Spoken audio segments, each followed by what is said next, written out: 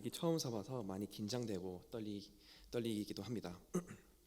옆 사람과 한번 이렇게 인사해 보도록 하겠습니다. 샬롬, 샬롬, 네, 샬롬, 샬롬. 네, 반갑습니다.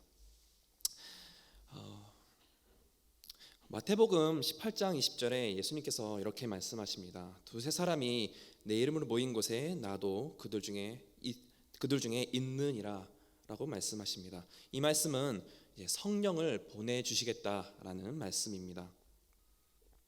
그리고 통계청에 의하면 남성 두세 사람이 모인 곳에 빠지지 않는 대화 주제가 있다고 합니다. 그게 뭔지 아십니까?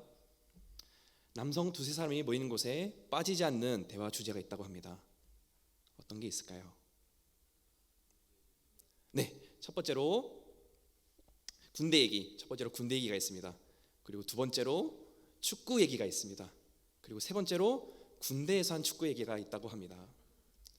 네, 이처럼 군대 얘기, 축구 얘기, 그리고 군대에서 한 축구 얘기가 있는데 저도 이제 오늘 성도님들께 양해를 구하고 조금 군대 얘기를 하고자 합니다. 괜찮으시겠죠?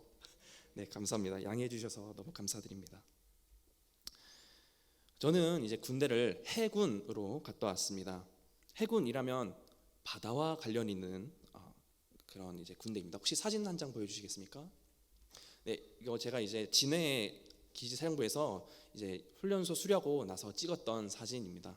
이제 이렇게 여름에는 흰색 정장을, 그리고 겨울에는 검은색 정장을 입고 바다에서 근무를 하게 됩니다. 저는 약 9개월 동안 광주함이라는 곳에서 배를 탔었습니다. 이제 광주에 있는 배는 아니고요, 그냥 배 이름이 광주함입니다. 이제 저희가 천안함 아시죠? 천안함이 천안이 있지 않고 그냥 이름이 천안함인 것처럼 이제 지금 보이는 이제 그 사진이 광주함입니다. 이제 그 다음 사진도 혹시 한번 보여주시겠습니까? 네, 저는 이 배에서 9개월 동안 이제 갑판병이라는 직책을 맡아서 근무를 했었습니다. 갑판병이라는 것은 쉽게 말하면 막노동하는 병입니다. 이제 필요한 게 끌려가서 이제 깡깡이라고 하거든요. 이제 녹슨 대로 이렇게 치기도 하고, 그리고 페인트질도 하고, 그리고 이제 출항을 나가면 여기 보이는 사진처럼 출항을 나가면 하루에 8시간 동안 이제 바다를 이렇게 망원경을 들고 바다를 보면서 이제 바다에 뭐가 있는지 보고를 하게 됩니다. 자연 견시 보고, 우연 견시 보고 이러면서 이제 보고를 하게 됩니다. 그것이 제가 맡은, 출항 나갔을 때 제가 맡은 임무였었습니다. 그러던 어느 날 파도가 거세게 치는 하루가 있었습니다. 저는 특유로 이제 멀미를 되게 심하게 합니다. 배가 출항하지 않아도 저는 멀미를 하는 사람이었었습니다. 근데 출항한 어느 날 너무 파도가 심하게 치는 거예요. 그래서 저는 밥도 못 먹고 잠도 잘 안 오고 이렇게 제게 맡겨진 임무를 견시를 하기 위해서 하루에 8시간 동안을 이렇게 일하게 됩니다. 혹시 동영상 한번 보여주시겠습니까? 네.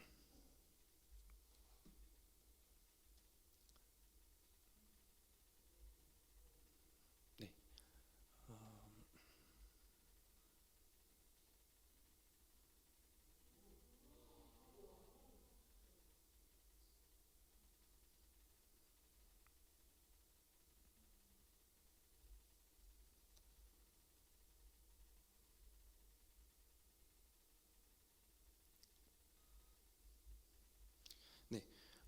저렇게 파도가 거센 한 날이 있었습니다. 딱 저 정도 됐던 것 같아요.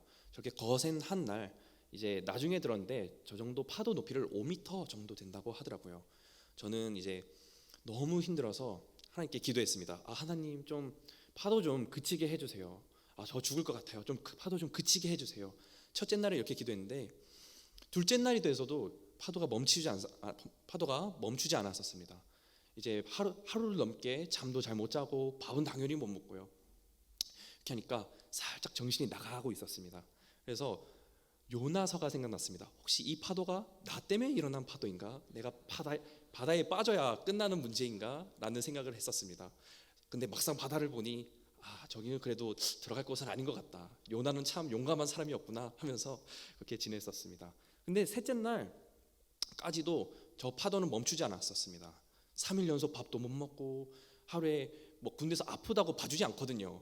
아무도 봐주지 않습니다. 아파도 하루에 8시간 이제 바다를 보면서 견시를 해야 되고, 셋째 날 되니까 꼭 바다에 빠져서 죽는 건 아닐 수도 있겠구나라는 생각이 들었었습니다. 그리고 이제 셋째 날이 끝나고 이제 넷째 날로 넘어가는 새벽에, 그날이 마침 주일이었습니다. 그 새벽에 이제 파도는 잠잠해지고 폭풍우는 넘어갔었습니다. 그때 저는 4시에 일어나서 오후 4시, 새벽 4시에 일어나서 8시까지 이렇게 견시를 했었었는데, 새벽 4시에 일어나서 하늘을 봤었습니다. 혹시 사진 한 장 보여주시겠습니까? 네, 제가 직접 찍은 사진은 아니고요. 인터넷에서 퍼온 사진입니다. 그때 제가 새벽에 봤던 별은 이거보다 훨씬 더 많았었습니다. 이거보다 훨씬 더 아름다웠었습니다. 정말로 그 별자리 아시죠? 별자리 막 이렇게 선으로 이어져 있는데 바다 망망대 위에서 보면 정말로 이어져 있는 것처럼 아름답게 되어 있습니다. 저는 당연히 이 하늘을 100번도 넘게 보았습니다. 근데 그날따라 저 별이 너무나 아름다워 보였었습니다. 그리고 잠잠해진 바다를 보면서 한 찬양이 떠올랐습니다. 그 찬양의 가사는 오늘 제목과 같습니다. 거친 풍랑에도 깊은 바다처럼. 나를 잠잠케 하시는 하나님을 만났었습니다. 그때 저 찬양을 한 번, 두 번, 세 번 동이 틀 때까지 계속 불렀었습니다. 그리고 저 문장이 저에게 너무나 강렬하게 다가왔습니다. 바다는 이렇게 거칠어도 깊은 바다처럼 나를 잠잠케 하시는구나 라는 것을 말이죠. 저는 그때 두 가지를 생각했었습니다. 첫째는 다시는 놀이동산 가서 바이킹 타지 않는다. 여자친구가 가자 그래도 타지 않는다. 아니, 여자친구의 할아버지가 가자 그래도 바이킹은 절대 타지 않겠다라고 스스로 다짐했습니다. 그리고 두 번째로, 바다가 흔들려도 하늘은 흔들리지 않는구나 라는 것을 느꼈습니다. 바다는 흔들려도 하늘은 흔들리지 않습니다. 제가 오늘 양해를 구하고 군대 얘기를 했었는데요, 오늘 본문과 이어집니다. 마가복음 4장 35절부터 41절까지의 내용은 우리가 너무나 잘 아는 내용입니다. 하지만 잘 아는 내용이지만 같이 살펴보고자 합니다. 마가복음 4장 1절부터 34절까지는 예수님께서 사람들을 바닷가에 모으시고 예수님은 배에 올라 앉으시고 비유에 대해서 설명하십니다. 그 비유는 땅에 떨어진 씨의 비유, 그리고 자라나는 씨의 비유, 그리고 겨자 씨의 비유입니다. 이 비유와 비유의 해석들이 끝나고 예수님과 제자들이 함께 배를 타고 가다가 광풍을 마주하게 됩니다. 혹시 사진 한 장 보여주시겠습니까? 네, 이 사진은 이제 렘브란트라는 화가가 그린 갈릴리 바다라는 작품입니다. 딱 봐도 멀미나게 생겼습니다. 제자들은 이런 엄청난 광풍을 만났습니다. 그리고 배를 20년 넘게 탄 베테랑 중에 베테랑답게 이 풍랑을 넘어가고자 했습니다. 열심히 물도 퍼냈을 것이고요, 열심히 노도 저어봤을 것이고요, 열심히 돛도 이렇게 움직여봤을 것입니다. 그리고 여느 때와 같이 이번 풍랑도 넘어갈 줄 알았을 수 있습니다. 하지만 이번 마주한 풍랑은 그렇게 쉽지 않았었습니다. 어떻게 해서든 이 풍랑을 헤쳐가고자 했지만 쉽지 않았고, 물결이 배에 부딪혀서 배에 가득 물이 들어오기 시작했습니다. 배가 침몰할 위기에 처해 있습니다. 그러자 제자 중에 한 명이 예수님께 나아갑니다. 배에 고물에서 자고 계신, 베개를 베고 주무시고 계신 예수님께 나아가게 됩니다. 그리고 예수님을 깨우면서 이렇게 얘기합니다. 선생님이여, 우리가 죽게 된 것을 돌보지 아니하시나이까. 성경에서는 되게 양반스럽게 좀 정중하게 이렇게 나와 있지만 참 상황이 급박합니다. 이런 느낌의 뉘앙스가 아니라 예수님 빨리 일어나 보십시오. 우리가 죽게 되었습니다. 아니 예수님, 저기 지금 물 차오르고 있는데 양동이라도 좀 가져가서 배에서 물 좀 퍼내십시오. 예수님, 이게 남들 다 일하고 있는데 이렇게 주무시고 계실 겁니까? 예수님 군대 안 갔다 와보셨습니까? 이러면 혼납니다. 빨리 일어나서 뭐라도 좀 해보십시오. 물이라도 좀 퍼내든지 아니면 저기 돛이라도 좀 잡든지 뭐라도 좀 해보십시오 라고 제자가 예수님께 이야기합니다. 그러자 예수님께서 바다를 향해 이렇게 말씀하십니다. 잠잠하라, 고요하라. 그리고 제자들에게 이렇게 말씀하십니다. 어찌하여 이렇게 무서워하느냐? 너희가 어찌 믿음이 없느냐라고 말씀하십니다.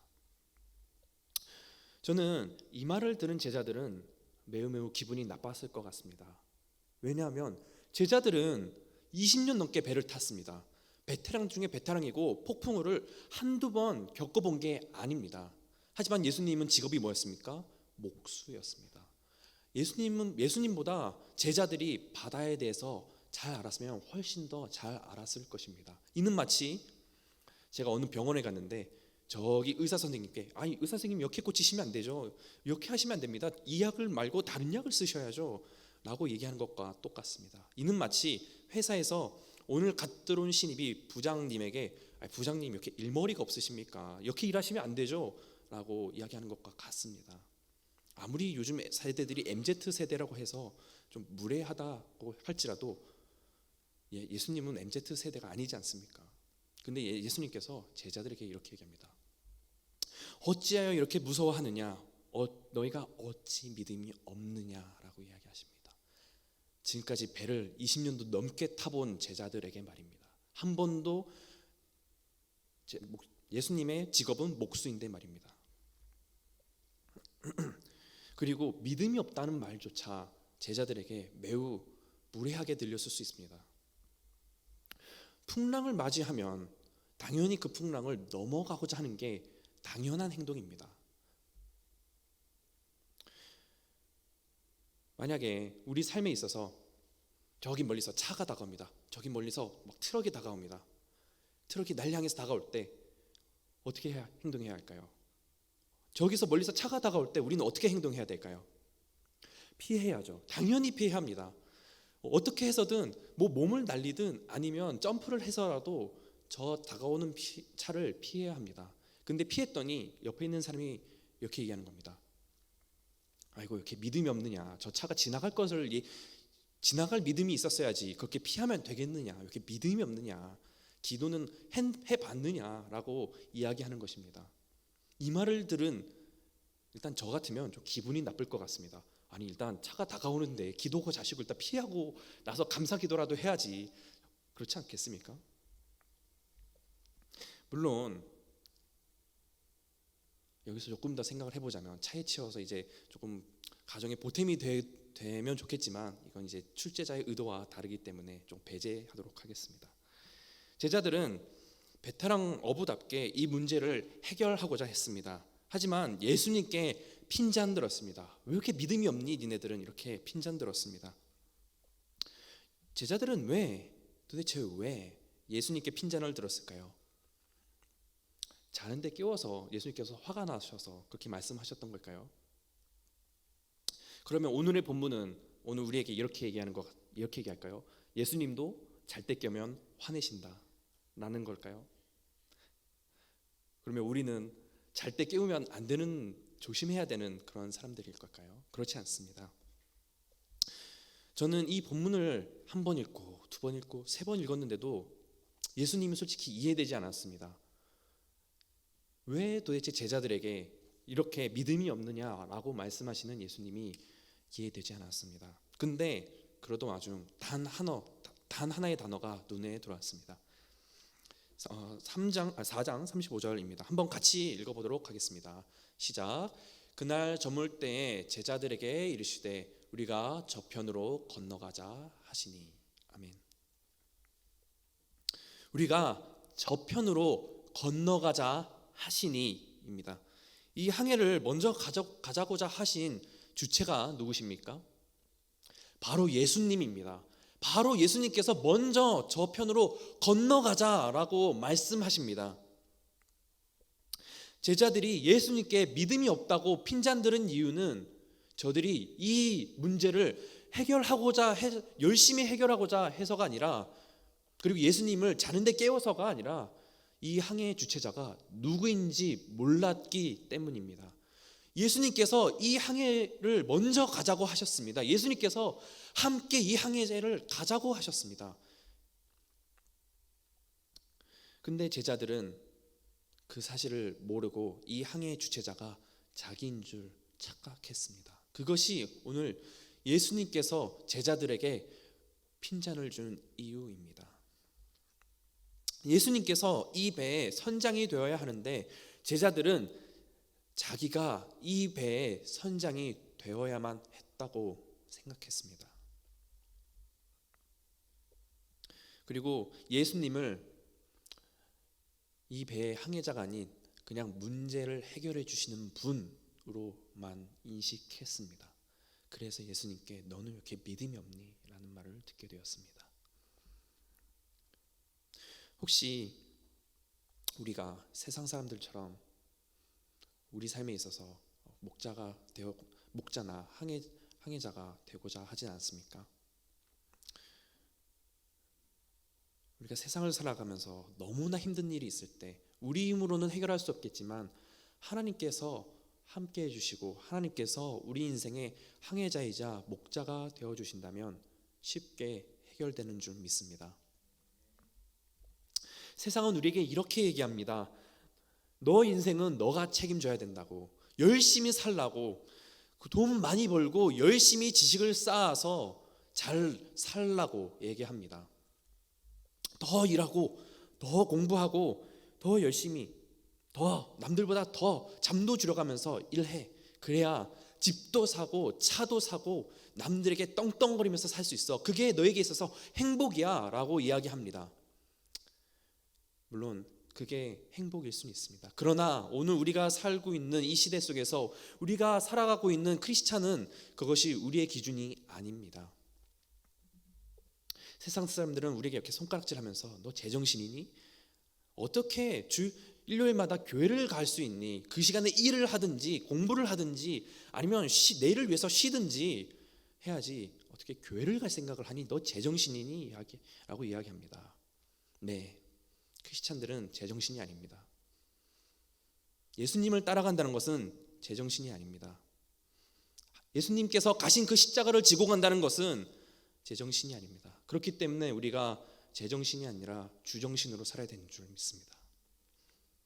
제정신으로 살기 힘들지만 우리가 예수님의 길을 본받아 주정신으로 산다면 이 길을 능히 감당할 줄 믿습니다.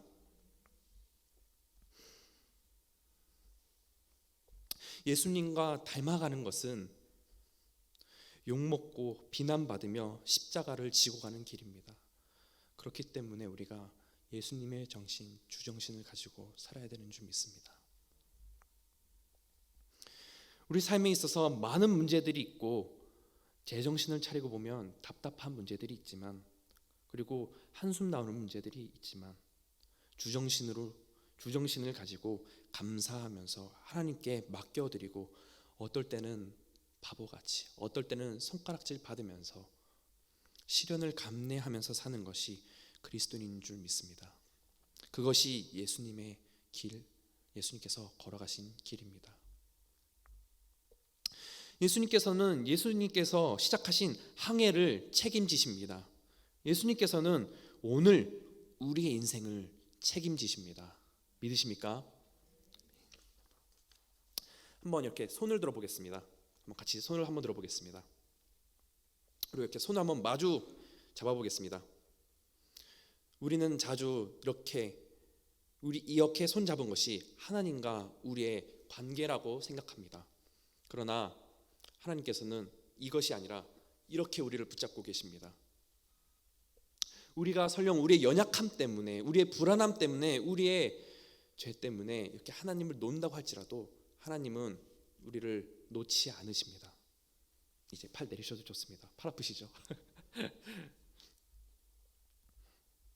성경 전체를 통해서 하나님은 우리에게 이렇게 말씀하십니다. 나는 너를 포기하지 않는다. 너가 설령 나를 버리고 돌아간다고 할지라도 나는 너를 포기하지 않는다 라고 말씀하십니다. 출애굽한 이스라엘 백성들이 잠깐의 시련 가운데 있을 때, 광야 생활을 할 때 그 이스라엘 백성들은 지도자를 새로 세워서 다시 애굽으로 돌아가고자 했습니다. 모세를 버리고 다시 애굽으로 돌아가고자 했습니다. 그러나 하나님께서는 여전히 여전히 이스라엘 백성들을 이끌고 가나안 땅까지 이끌고 가십니다. 이게 과연 출애굽기만의 이야기일까요? 출애굽기만의 메시지일까요? 그렇지 않습니다. 성경 전체를 통해서 하나님은 오늘 우리에게 이렇게 말씀하십니다.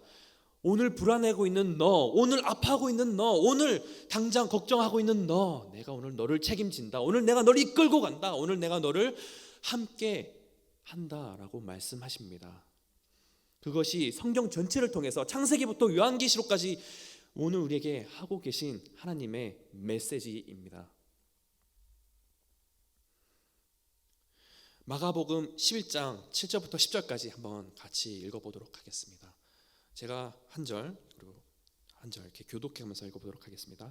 나귀 새끼를 예수께 끌고 와서 자기들의 겉옷을 그 위에 얹어 놓음에 예수께서 타시니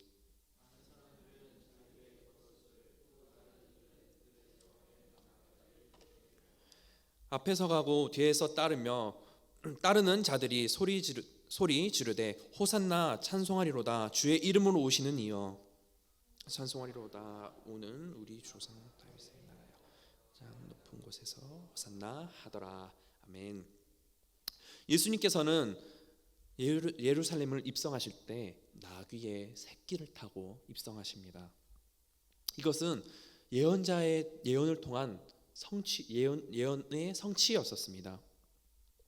근데 저는 이 부분을 보면서 조금 엉뚱한 생각이 들었습니다. 나귀의 새끼, 지금 보이시는 사진 나귀의 새끼입니다. 나귀의 새끼를 탄 예수님께서는 과연 편하셨을까라는 생각을 해보게 됩니다.